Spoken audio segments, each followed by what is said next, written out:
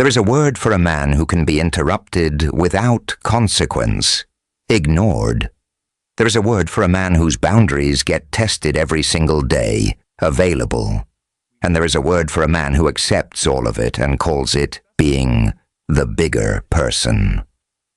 Defeated. You already know which one you are. You feel it when someone talks over you and the room lets them. When you say yes, even though your entire body screams no. When you leave, you're leaving smaller than you entered. This is not bad luck. This is a signal you are broadcasting, a signal so clear, so consistent, that every person in your life has learned to read it without trying. The signal says, I do not respect myself. And the world, cold and efficient as it is, simply agrees with you. Machiavelli did not write The Prince to comfort anyone. He wrote it after watching kingdom after kingdom fall, not to armies, not to superior weapons, but to one repeating pattern. Men who did not understand how power actually moves. He watched rulers beg for loyalty and receive contempt. He watched good men swallow disrespect and call it patience. He watched capable people destroyed not by their enemies, but by the signals they sent about themselves. He drew one conclusion that most people spend their entire lives refusing to accept. The world does not respond to who you are. It responds to what you project. And right now, what you are projecting is a door left open. Most people believe respect is earned through effort. Work harder, be kinder, be more useful. Eventually, they will see your value. This is the most expensive lie sold to capable people. Respect is not given to those who earn it quietly. It is given to those who expect it, not through arrogance, not through aggression, through a settled, immovable certainty in their own worth that makes disrespect feel structurally impossible. You have been waiting for permission to carry yourself that way. This is it, and this is the last time anyone will need to give it to you. Drop this affirmation in the comments.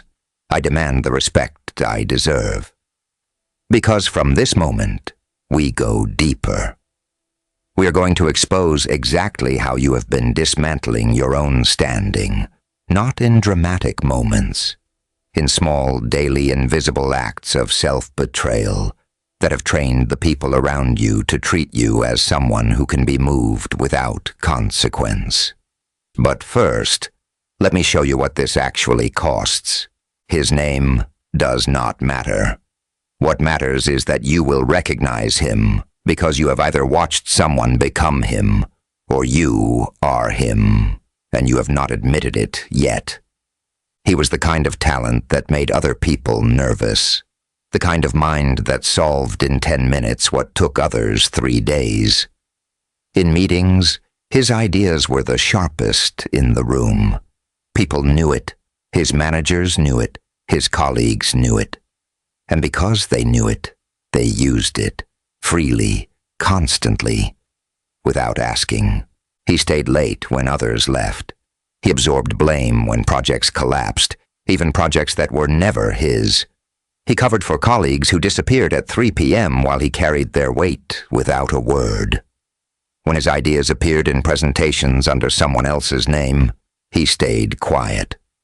He told himself it was politics. He told himself his time would come. He smiled in the hallways. He was described by everyone as reliable, a team player, always there. What nobody ever said about him was the one thing that actually mattered: dangerous, worth fighting for, someone you could not afford to lose. 3 promotion cycles passed. 3 times they looked directly at him and chose someone else. The 3rd time, he found out the way things are designed to humiliate. Not in a meeting, not in a conversation.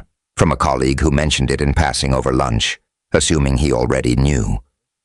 The person promoted had been there 18 months, less experience, objectively less output, but walked through the building like the place already belonged to them. He came to me that evening. He said, "I have given everything I have to these people. I do not understand what more they want from me." And I told him the truth he did not want to hear. They saw everything you gave them. That was exactly the problem. You showed them a man who gives without limit and asks for nothing in return. So they took without limit and gave nothing back. You trained them. Every yes when you should have said no. Every time you let a slight pass without consequence. Every apology you made for work that deserved recognition instead. You handed them a map of your surrender, and they followed it perfectly. They did not fail to see your value. They saw it clearly. They simply understood that you did not know what to charge for it. So they took it for free. The world does not give you what you deserve. It gives you what you demand. And most people demand nothing. And if you continue the same pattern he followed, you will arrive at the same destination. You will age into irrelevance and call it humility. You will look back at a life of effort that others benefited from and tell yourself it was noble. It was not noble. It was a slow erasure. You permitted one small surrender at a time. This is the mechanism. Understand it, and you will never be blind to it again. Humans are scanning constantly, not consciously. Instinctively, every interaction carries a question asked below the level of language. Can I push here? Is this person defended? Where is the opening? These questions are not asked by cruel people. They are asked by everyone. Because this is how hierarchy has always worked. The predator does not choose its target through malice. It chooses through efficiency. It looks for the flinch, the dropped eye contact, the apology that was not requested, the boundary that bends under the lightest pressure. Your self-disrespect is not invisible. It is a scent. And every person in your life knows how to follow it. Machiavelli observed that men will always push as far as they are permitted, not because they are evil, because they are human. The moment you allow a disrespect without consequence, you have established a price for your dignity. Set it at 0. Every day you maintain that price, the next disrespect costs less to deliver. Until one day you look at the way you are being treated, and you cannot find a single moment where you said, "This is where it stops." Let us go into the mechanisms. The way self-disrespect operates is not dramatic. It is quiet, incremental, and it hides inside behavior that has been sold to you as virtue. My presence is an inconvenience. My needs are a burden. My existence requires justification before it is permitted to continue. And people hear this, not the words, the signal beneath the words. They hear a person who has already decided they are beneath the room. And they agree, because why would they argue with the primary source? Think about the last time someone who commanded genuine respect apologized to you. It was rare, and it carried weight precisely because it was rare. That rarity was not accident. It was architecture. Power does not preemptively apologize for its own presence. It occupies space as a right, not a privilege the room grants. Count your own apologies in a single day. Each one is a brick removed from your own wall. Each one trains the people around you to expect your deference as a baseline. An apology has value only when it is rare. When it is constant, it is not politeness. It is submission, dressed in social clothing. The second mechanism is the disease of over-explanation. Someone asks you to do something you will not do. Instead of a clean refusal, you construct a legal brief. You explain your schedule, your commitments, your reasoning. You are putting your boundary on trial. You are appointing them judge. This is not transparency. This is the posture of a prisoner requesting mercy from the warden who built the cell. When you respect yourself, no is a complete sentence. Your limits do not require their approval to exist. Notice how men who carry real authority decline things. No brief, no case, no apology before the refusal. That will not work. The sentence ends there, not an ellipsis leading into justification, a period, a wall. The third mechanism is the acceptance of incremental disrespect, a joke at your expense. You laughed. An idea dismissed without engagement. You stayed quiet, late for the third consecutive time. You said it was fine. What you are actually doing in each of these moments is conducting a live negotiation over the price of your dignity. And every time you accept without response, the price drops. The joke was a test. You laughed, so the next one goes further. The dismissal was a test. You stayed quiet, so next time they do not let you finish. The lateness was a test. You said it was fine, so next time there is no apology at all. They are doing it the way water finds cracks in stone. Naturally, persistently, without malice. Every crack you leave unrepaired becomes a fault line. This is how respected colleagues become office furniture. How friendships become arrangements where one person carries everything and calls it loyalty. One small surrender at a time, each one teaching the people around you that your wall has no defenders. Machiavelli was direct on this. Small injuries left without consequence do not stay small. The enemy who learns that your border can be crossed will cross it again, with more. The fourth mechanism is false humility. You deflect compliments. You attribute your successes to luck, to timing, to others. This is a lie constructed by people who benefit from your smallness. There's nothing virtuous about misrepresenting your competence.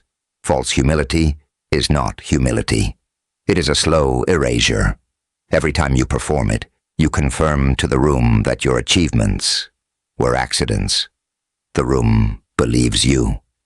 You are the primary source of information about yourself, and you are telling them you are less than you are. Own what you have built, with the quiet, settled acknowledgement of someone who has done the work and knows what it cost. When someone recognizes your competence, say thank you and let the silence after it stand. Do not fill that silence with self-diminishment. The refusal to own your own worth is not grace. It is a different kind of cowardice. The fifth mechanism is the most devastating because it is the most intimate. The acceptance of relationships where you are permanently auditioning, always proving, always earning, always one performance away from losing approval that was never securely given. This is not connection. This is a hostage situation with comfortable furniture, and you built the chains yourself. When you do not respect yourself, you accept a premise about your own value, that it is conditional, that it must be continuously demonstrated or it expires. You walk on floors you are never sure will hold your weight. At work, proving your worth years after the proof should have been unnecessary. In friendships, always the one reaching out, always carrying the effort. In the closest relationships, making yourself smaller, suppressing needs, becoming whatever shape fits the space available rather than demanding a space shaped for who you actually are. Machiavelli was precise about the outcome. The prince who governs through fear of losing loyalty has already lost it. You cannot build a stable position on the terror of its collapse. The person who begs for respect has already signaled they will accept its absence. Drop this affirmation in the comments. I walk away from disrespect. Because this is where the architecture changes. This is where you stop being the person the room adjusts and start being the standard the room adjusts to. the most counterintuitive truth in human psychology. The less you need from a person, the more they are compelled to offer. The more comfortable you are with walking away, the less you will ever need to. They feel a person not governed by their approval, and that, in a world full of people desperate for approval, is the most disorienting thing they will ever encounter. Most people operate from scarcity. Good relationships are rare. If this ends, something essential ends with it. This fear makes crumbs feel like meals. It makes one-sided arrangements feel like loyalty, because the alternative feels unsurvivable. And this fear is the engine powering every dynamic where you are treated as less than you are. They do not have power over you because they are powerful. They have power over you because you have decided you cannot survive their absence. Remove that decision and the entire structure collapses. The transformation begins with one quiet internal declaration. I would rather be alone than be diminished, not performed, not announced, decided, in the private space where you actually govern yourself. Most people have never made this decision. They have chosen the occupied room over the dignified one every single time the choice appeared. And that pattern of choosing becomes the ceiling of every relationship they will ever have. This is not coldness. It is a floor, a baseline below which nothing is permitted to take you. When this floor exists, and when you are genuinely willing to enforce it, the quality of what enters your life changes. Not because you changed your external behavior, because your internal standard changed what you permit. Machiavelli understood that feared is more stable than liked. A person who needs to be liked will sacrifice their position to maintain the feeling of approval. A person who requires only respect will sacrifice the approval to maintain the position. One is governed from outside, the other from within. Only one of those people has sovereignty over their own life. Here is what it looks like in practice. You stop apologizing for things that do not require apology, not as a rule, as an expression of a belief you have actually adopted, that your presence does not require justification. When you make a genuine error, you apologize once, clearly, and move. You do not perform contrition past the point of its purpose. You practice the clean refusal. When something will not work for you, you say so without constructing a case. That does not work for me. I am not available. No. The ones who push back, who interrogate the refusal, who attempt to guilt the no into a yes. They are showing you they have practiced on you before. Now you know.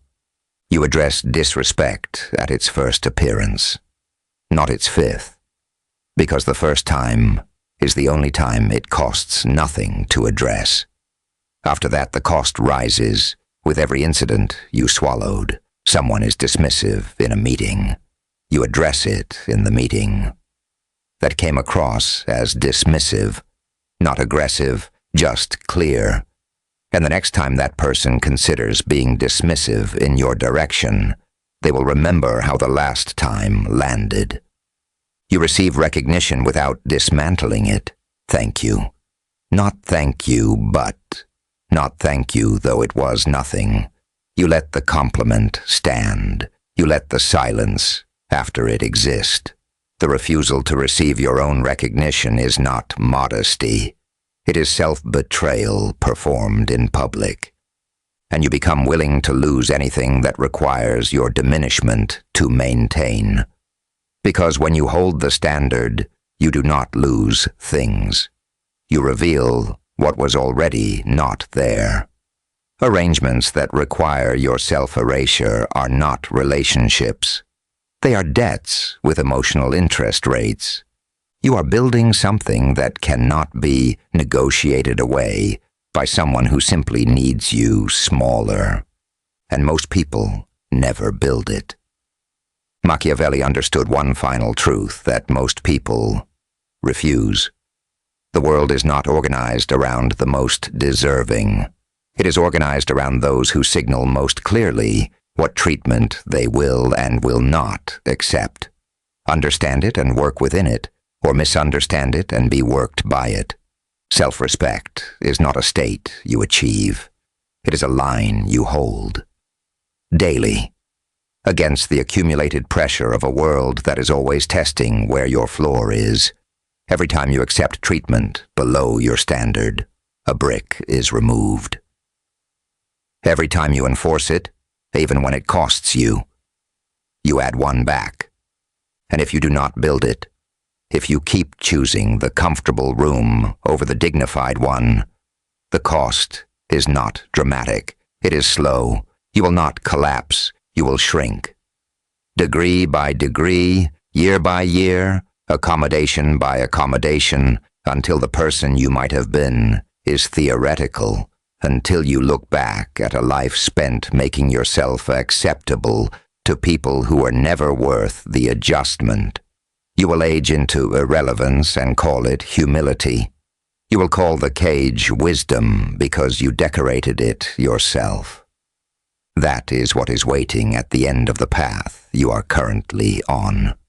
So make the different choice, not the choice to become harder, the choice to become settled, to stop treating your own worth as a question that other people get to answer. Occupy the full space of who you are. Enforce the perimeter, hold the line, and let the world, which is a precise and efficient reader of what you project, adjust to you. Drop this final affirmation in the comments. I respect myself first. If this unsettled you, you already know why you're still here. Subscribe, and bring someone with you who needs to hear this. Because the most dangerous thing you can do for the people you care about is show them what it looks like to stop making themselves small. You are not here to shrink so others feel sufficient. You are here to stand at your full height and let everything beneath that standard find its own level. That is not arrogance. That is the only version of yourself worth being. Anything less is defeat.